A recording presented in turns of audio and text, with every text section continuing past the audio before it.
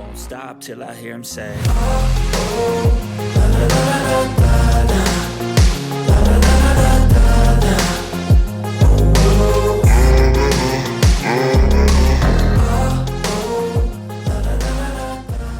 Warning: the information that we convey in these videos and the content on this page simply provides general consumer information.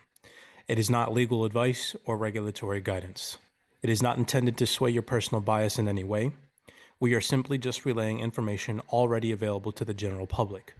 We highly suggest you do your own research and draft your own opinion on the topics disclosed in this video breakdown.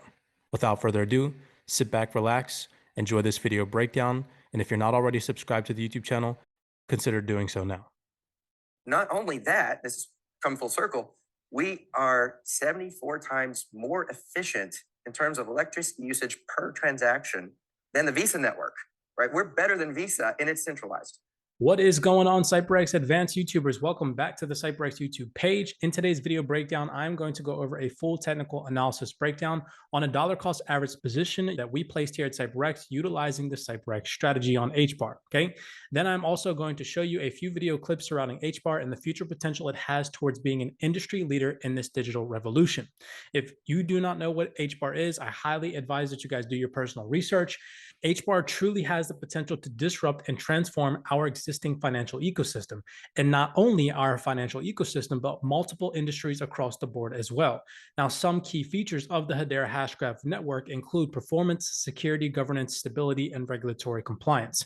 Now, before we get into the video breakdown, showing you guys some video clips on why Hbar is going to be so crucial to our financial ecosystem, let's go over our beautiful dollar cost average position that we placed here at CYPRX on Hbar. Now, if you guys follow me on Twitter, I had mentioned to you guys on September 29th that I was going to be looking at dollar cost average positions on Hbar during New York session. So today's trade was exactly that. It was a beautiful dollar cost average position utilizing the CYPRX strategy. I'm going to go over this real fast so I don't take up too much of your time. Again, anybody that is interested in learning a sound technical analysis approach to these markets, whether you're a long-term hodler or you want to take a more so intraday trading perspective in these cryptocurrency markets, the link is in the description down below to learn our full technical analysis approach to these markets. Nothing that we constitute here is financial advice. We're just attempting to teach people how to really get into this market at proper areas of interest. With that being said, some of the key things that we talk about identifying here before you pull the trigger in the market. Again, what we attempt to do here as traders is give ourselves an edge in this market for a higher probability that a trade will go in our favor. Nothing that we do here is guaranteed in this market. Because we operate in an environment of uncertainty, we need to gather a certain set of confluences. And here at CYPRX, we have a well-defined list of confluences that give us and generate us a higher probability for a trade to go in our favor that minimizes our risk and maximizes our reward. Now, ladies and gentlemen, with that being said, some of those things specifically that I talked to you guys about here on the YouTube channel, not giving out too many gems that I give to the CYPRX students, but just kind of scratching the surface, are paying attention to the sweep of liquidity, understanding when the market moves away from a psychological level, when the market breaks structure. So really paying attention to previous structure highs and lows, understanding that if the market is going to respect bullish order flow or continue higher, it must create a series of higher highs and higher lows. Therefore, as a retail investor, you need to seek to get in on one of those pullbacks at a discount, understanding that the banking institutions cannot just rally price higher off of one impulsive push to the upside. They must consistently add to their positions after having placed a position after the liquidity grab, which we're going to get into in just 1 second. And then obviously, of course, waiting for the manipulation windows that I give to you guys on the YouTube channel to kind of get out of and then place your trade. So with that being said, just a couple of key features. This is where we placed our dollar cost average position at. I'm seeking to enter into another position before the 13th of October, where Coinbase is going to list Hbar. We will see how Hbar plays out in the next 2 trading days during New York session. Maybe I'll give you guys a video update. I'm giving you guys a heads up now that I will be looking for intraday trading positions on Hbar if the opportunity presents itself coming into the rest of this week. With that being said, I first mentioned to you guys the liquidity sweep, okay? This is something that we talk about very well here and in detail on the CYPRX YouTube channel. Here you guys can see a triple bottom formation. Now, the majority of retail traders have this imaginary area in the market in the form of support that they draw and they take buy positions from. And this concludes a triple bottom formation. You guys can see here 1 touch, 2 touch, and 3 touches. Now, the market makers came and liquidated that area. And after they liquidated this area, they rejected a psychological level that led to a market break in structure. This is now a new A to be move in the market. And so with that being said, operating at these lows here was operating in an environment of uncertainty because you do not know that the market is going to move higher. You're just guessing that. There's nothing telling you that the market wants to move higher. But now here, ladies and gentlemen, this is a pattern, an institutionalized pattern that I show you guys all the time on the CYPRX YouTube channel, that we can then capitalize on a market move back to the upside, printing bullish order flow. And that is a sweep of a low or a sweep of liquidity that rejects a psychological level that leads to a market break in previous market structure highs. You guys can see that this entire bullish move completely engulfed all of the bearish price action that led to the sweep of these lows. With that being said, we also know that institutionalized investors are the only people with the amount of money to manipulate the market, to create pre-engineered lows, liquidate those lows. Remember, market makers have to make money before they take their position. They have to take somebody's money that has less money than them, whether that's in the form of retail, whether that's in the form of other investors that have less money than them, or other whales, or whatever the case may be. Institutionalized investors who are pumping and dumping this market and actually moving this market with hundreds of millions and billions of dollars as of right now, until this market operates with trillions. That is what is going to move this market. No retail investor on the face of this earth has the amount of money to do that. So when you see this pattern, you know that institutional interest, I just call it institutional interest, you can call it whale interest, you can call it whatever you want, smart money is now involved in this market. So with that being said, once the market broke a previous market structure high, it showed us the willingness to violate lows, reject the psychological level, and continue with bullish order flow. We then sought to get in at a discount. With that being said, we took our Fibonacci from the higher low after the sweep of liquidity. So I will zoom in so that way you guys can see that. If this is the wick low that violated a previous low and swept liquidity, here is the higher low after that sweep of liquidity. Now, I mentioned to you guys on the CYPRX YouTube channel that the banking institutions will always seek to add to that order. Okay, this is the manipulative move. This is the first institutionalized order that was placed in the market after the sweep of liquidity that drove price higher. As CYPRX traders, during a New York session, we are going to seek to get in at a discount from where banking institutions bought from. Well, if we know that banking institutions bought from this level, then we can utilize our handy dandy Fibonacci tool, draw it on properly and not like these bullish moon boys, to get in at a discounted price. Now, something interesting that you can see about the New York session that we entered in at is we had to wait for discounted prices in between sessions. You guys can see that this New York session, prior to the session that we entered in at, was operating at a high. How can we tell that, ladies and gentlemen? You guys can see that this is the higher low that led to the market break in structure. Price action was at a high. 90% of retail investors simply just dollar cost average in randomly to positions and they lose money. And this is exactly why, because they're buying at random positions in the market and buying at tops. You guys can see here how this was a retail trading pattern trap in the form of a what? A double top formation. Retail traders were most likely seeing all this sell pressure. They were seeing all this sell pressure here, and then they saw a double pattern top formation where people in the form of gurus or market gurus will tell you that this is some type of imaginary resistance in the market and people are taking sell positions from these levels. Well, as you guys can see, all of those people got liquidated from the market. Why?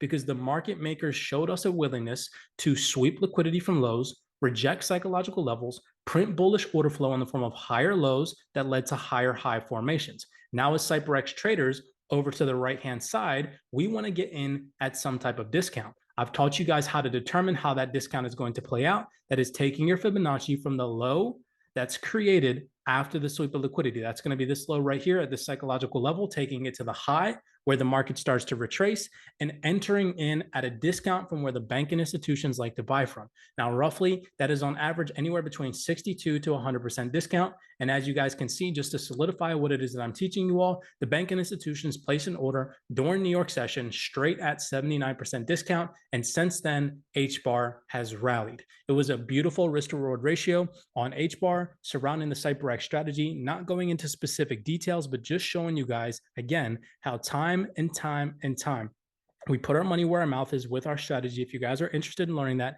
taking a sound approach to this market, and you're tired of losing money consistently, listening to these bullish moon boys with no strategy that simply just draw Fibonacci's on your charts and give you bullish price predictions, the link is in the description down below. email me. I'd love to hop on a Zoom call. With that being said, sit back, relax, and enjoy the video snippets that I've pieced together for you guys on Hbar, showing you guys why they are going to be an industry leader in this cryptocurrency market.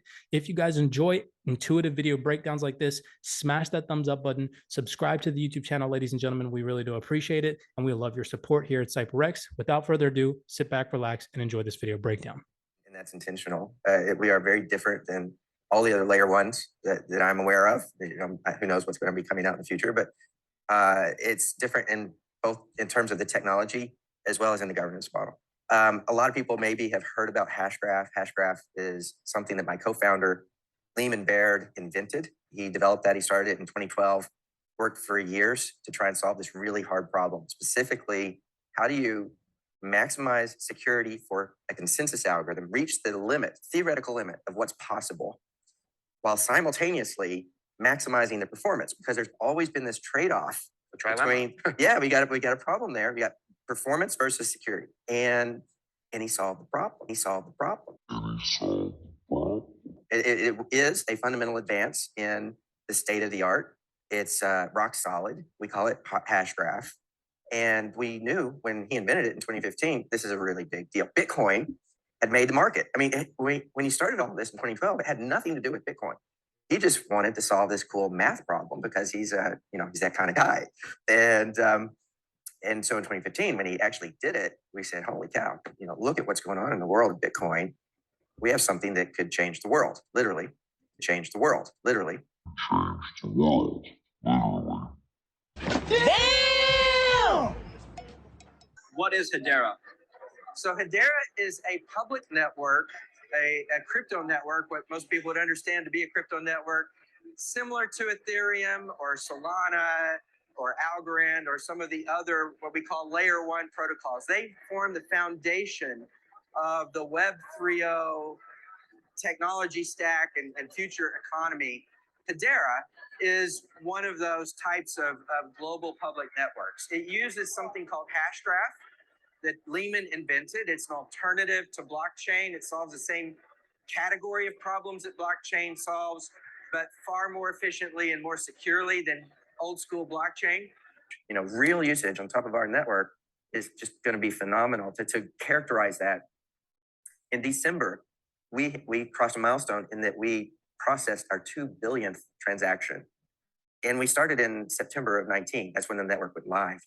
That's pretty quick. That makes us the most used layer one platform if you measure it by the number of transactions, real transactions actually processed. 2 billion. Even more so than Ethereum? Even more so than Ethereum.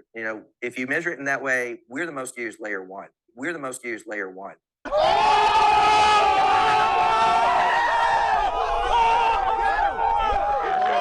And we sort of ignored the fads of the industry over the years and stuck with that focus. Is there any level of scale that it becomes scary that something could break?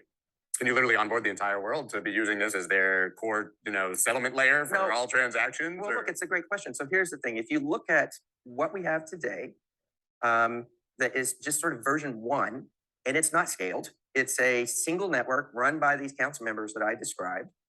We have capacity to process 10,000 transactions per second in this single network. Now, I think that network alone will go up by some factor, 3, 4, 5, who knows?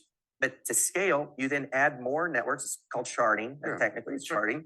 You scale through sharding, and through sharding, we easily can process what the payments networks are processing today. I have no question that we can process what the payment networks are processing. Which is incredible because there are certain things that centralized networks are better at, right? Decentralization in general has not solved everything because by virtue of being centralized, the Visa network or these networks are extremely fast. They're extremely, and they should be, but they're not as efficient as they could be.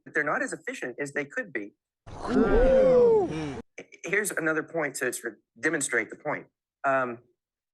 Because of the architecture of Hashgraph and the way that it works, we're not only incredibly performant, fast in terms of throughput and low latency in terms of coming to finality in a transaction, but we use a tiny fraction of the electricity that everyone else uses. I mean, everyone knows proof of work is terrible and we blow away proof of work.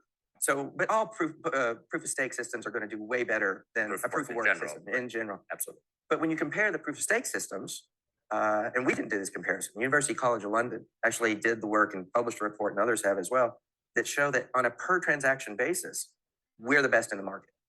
Not only that, this has come full circle, we are 74 times more efficient in terms of electricity usage per transaction than the Visa network, right? We're better than Visa and it's centralized, right? We're better than Visa and it's centralized.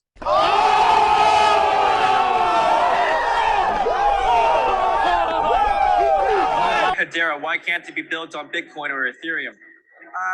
Couple of reasons. One, those platforms are extremely inefficient when it comes to energy consumption and usage. And the reason they're inefficient is because of the underlying technology. It makes it really expensive and unpredictable to use those platforms if you're building an application. If you're building an application as a developer, you're building a business, you need to be able to model what your cost of goods is going to be, your cost of the product. When it comes to those old school tech, like Ethereum, it's impossible to know how much it's going to cost to use the network because of the fluctuation in the token price. We've come so far that we're calling Ethereum old school tech. Ethereum old school tech. You know, it's funny you say it. That's true. It's been around since 2015. Yeah. And you know, and things move very fast in the Web 3.0 world. And these are not my numbers. University College of London did a study on the layer 1 protocols like ours and Ethereum's that are proof of stake, not proof of work. Yeah. When it comes to Ethereum, even Ethereum 2.0, Hedera is 14,000 times more efficient. Hedera is 14,000 times more efficient. Cause I'm super hot, boy.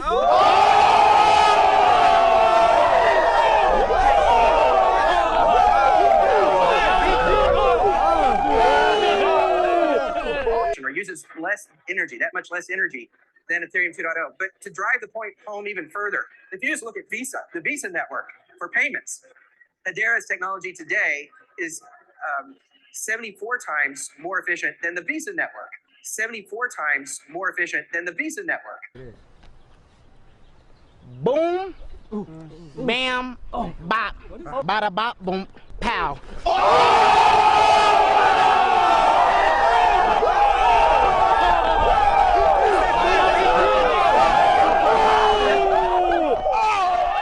But equally, if not more important, is the governing council of Hedera. Hedera is managed, governed by today 26 global blue chip organizations, biggest companies in the world like Google and IBM and Boeing and Nomura and Deutsche Telekom and FIS, WorldPay going to payments. It's not just companies from a single sector, it's companies that span sectors and span geographies. They govern the network. They decide use of treasury, they decide the product roadmap, but more importantly, they are also users of Hedera. So they are part of Hedera, not just because they can govern, but because they have an interest in having a network like ours, an enterprise-grade network built by enterprise for enterprise, mission-critical use cases, and they are bringing their ecosystems to market on top of Hedera. So the payment rails, the financial use cases, the banks, the stable coins, and tokenization of bond issuances and all of that, that'll be done by council members already in play today, but not just financial services, ESG marketplaces, things like what Spencer Dinwiddie is doing, a broad range of uses by council members bringing that to market. So Hbar. Alrighty, ladies and gentlemen, I hope that you guys enjoyed that video breakdown. Go ahead and smash that thumbs up button, subscribe to the YouTube channel. Like I said, Hedera Hashgraph is going to play a major key role to the future of our financial ecosystem. Do your own personal research. This is not financial advice. I'm not telling you to buy or sell Hbar. Simply all I'm doing is attempting to teach you all what it is that we are doing here at CYPRX with our cryptocurrency portfolio. Blessings to you guys. As always, be cognizant, be aware, and I will see you guys in the next YouTube video breakdown. Won't stop till I hear him say